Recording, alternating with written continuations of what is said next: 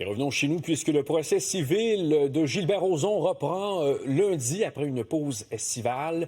Les audiences vont se poursuivre durant toute la semaine avec notamment les témoignages attendus de Pierre-Carl Péladeau et de Monique Néron. Notre collègue Anne-Sophie Jobin a plus de détails.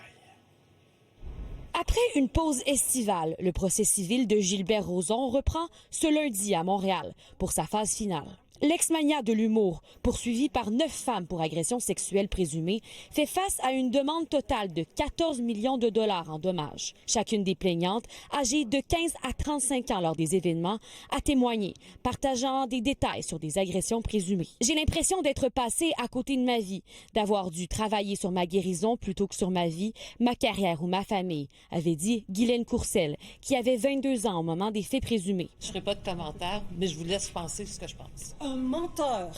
Un menteur! Le contre-interrogatoire de Gilbert Rozon s'est terminé en juillet dernier. Depuis le début des procédures, il nie toutes les allégations. Je fais mon témoignage, j'ai prêté serment, je dis la vérité. Les allégations sont invraisemblables à leur face même. À quoi pouvons-nous nous attendre cette semaine? Premièrement, des témoins clés sont appelés à comparaître, dont le PDG de Québecor, Pierre-Carl Péladeau, au sujet de la cassation de leur relation d'affaires en 2017.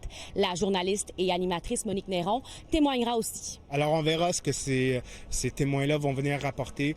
Peut-être que ce sont des faits qui sont déterminants, peut-être qu'ils ont une pertinence moindre. La juge doit être convaincue selon la balance des probabilités. Donc, il est plus probable que moins que les demanderesses ont raison dans leurs allégations. C'est pas un exercice facile. Gilbert Rozon conteste également la validité de 2 nouveaux articles du Code civil. Parmi les enjeux de ce procès, il y a la constitutionnalité d'un nouvel article du Code civil du Québec qui prévoit une règle de non-pertinence pour certains faits en matière sexuelle ou conjugale qu'on considère non pertinents parce que ça relèverait de mythes ou de stéréotypes. L'article est entré en vigueur le 4 décembre 2024, à la veille du procès. Alors lui conteste la constitutionnalité de cet article-là. Le procès passera ensuite aux plaidoiries le 22 septembre, juste avant que la juge rende son verdict. Pendant ce temps, l'ex-président de Juste pour rire est impliqué dans 2 autres causes. Il fait face à un procès similaire au civil pour agression sexuelle aux États-Unis. Chez nous, il poursuit Julie Snyder et Penelope McQuaid pour diffamation.